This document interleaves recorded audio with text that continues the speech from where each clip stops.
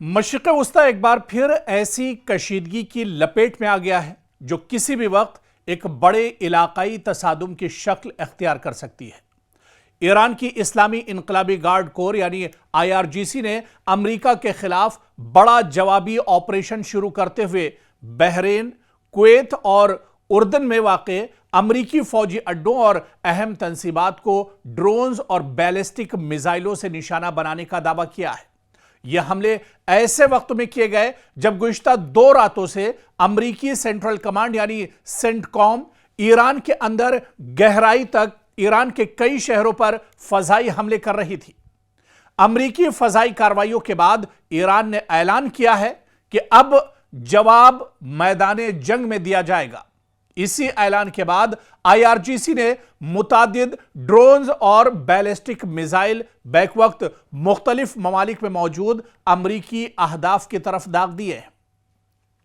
شروعاتی جانکاری کے مطابق نشانہ بنائے گئے مقامات میں دراصل یہ علاقے شامل ہیں جن میں بحرین میں امریکی بحریہ کا 5th فلیٹ ہیڈ کوارٹر تباہ ہوا ہے۔ کویت میں امریکی فضائی اور زمینی فوجی اڈوں کو نشانہ ایران نے بنایا ہے۔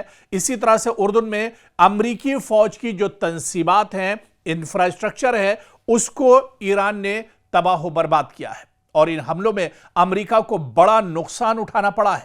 خطے میں امریکی فوج کو اگرچہ ہائی الرٹ پر رکھا گیا ہے، لیکن ڈر اور خوف کا ماحول یہ ہے کہ امریکی فوجی زیر زمین پناہ لیے ہوئے ہیں۔ اور ادھر ایران کا موقف ہے کہ امریکہ نے مسلسل فضائی حملوں کے ذریعے اس کی خود مختاری کی خلاف ورزی کی ہے، فوجی تنصیبات اور اہم انفراسٹرکچر کو نشانہ بنایا ہے، جس کے جواب میں ایران نے اپنے دفاع کا حق استعمال کیا ہے۔ ادھر بیلسٹک میزائل انتہائی تیز رفتار ہونے کے ساتھ ساتھ چند منٹوں میں اپنے ہدف تک پہنچ سکتے ہیں، جبکہ ڈرونز بہت کم بلندی پر پرواز کرتے ہوئے فضائی دفاعی نظام کو چکما دینے کی صلاحیت رکھتے ہیں۔ اسی وجہ سے ایران بیلسٹک میزائل اور لیٹسٹ ڈرون کا ان حملوں میں استعمال کر رہا ہے۔ آپ دیکھیں کہ دونوں کا بیک وقت استعمال کسی بھی دفاعی نظام کے لیے بہت بڑا چیلنج بن جاتا ہے، اور اس کشیدگی سے صرف ایران اور امریکہ ہی نہیں بلکہ یہ پورا خطہ، اس سے پہلے کی بھی رپورٹ میں جس طرح سے ہم نے آپ کو بتایا ڈیٹیل میں کہ یہ پورا خطہ، پورا ریجن جو خلیج عرب ممالک ہیں یا پورا جو خلیج ہے، یہ دراصل پورا خطہ متاثر ہو سکتا ہے، یا یوں کہا جائے کہ یہ پورا خطہ بری طرح سے متاثر ہے۔ اور اس خطے کی اگر بات کریں تو ان میں چاہے بحرین کی بات کریں، کویت کی بات کریں، اردن، عراق، قطر، سعودی عرب، متحدہ عرب امارات، دراصل ان ممالک میں امریکی فوجی اڈے موجود ہیں۔ امریکہ کے کئی ایئر بیس یہاں پر موجود ہیں، بڑی تعداد میں امریکی فوجی یہاں پر ہیں، اس لیے کسی بھی نئی کارروائی کے اثرات پورے خلیجی خطے تک دراصل پھیل سکتے ہیں۔ اور جانکاروں کے مطابق اگر امریکہ ایران کے ان حملوں کا بھرپور جواب دیتا ہے اور ایران مزید جوابی کارروائیاں کرتا ہے تو صورتحال ایک محدود فوجی تنازع سے نکل کر وسیع علاقائی جنگ میں تبدیل ہو سکتی ہے، جو اب ایک طرح سے نمایاں بھی ہو رہی ہے، اور اس میں امریکہ کے اتحادی، امریکہ کے جو الائنس ہیں اور ایران کے حمایت یافتہ مسلح گروہ بھی ایک طرح سے شامل ہو سکتے ہیں۔ آپ دیکھیے کہ اس کے اثرات کیونکہ صرف اسی خطے پر نہیں بلکہ پوری دنیا پر اب پڑتے ایک طرح سے نظر آ رہے ہیں، یعنی جنگ کا دائرہ اب بڑھ رہا ہے، جنگ کا دائرہ وسیع ہو رہا ہے، اور یہی وجہ ہے کہ جنگ اب اس خطے میں پورے مشرق وسطی تک پھیل رہی ہے، اور پورے مشرق وسطی میں جہاں جہاں امریکی مفادات ہیں انہیں ایران لگاتار ٹارگٹ کر رہا ہے۔ اس جنگ میں اب تک امریکہ کو 37 ملین یا بلین ڈالرز کا نقصان ہو چکا ہے، یعنی اگر ہندوستانی روپیے میں ہم بات کریں تو تقریباً 3.5 لاکھ کروڑ روپیوں کا نقصان اب تک امریکہ کو ہو چکا ہے۔ آپ دیکھیں یہی وجہ ہے کہ امریکہ کا فضائی دفاع کو بہت بڑا مالی بحران کا سامنا ان دنوں کرنا پڑ رہا ہے۔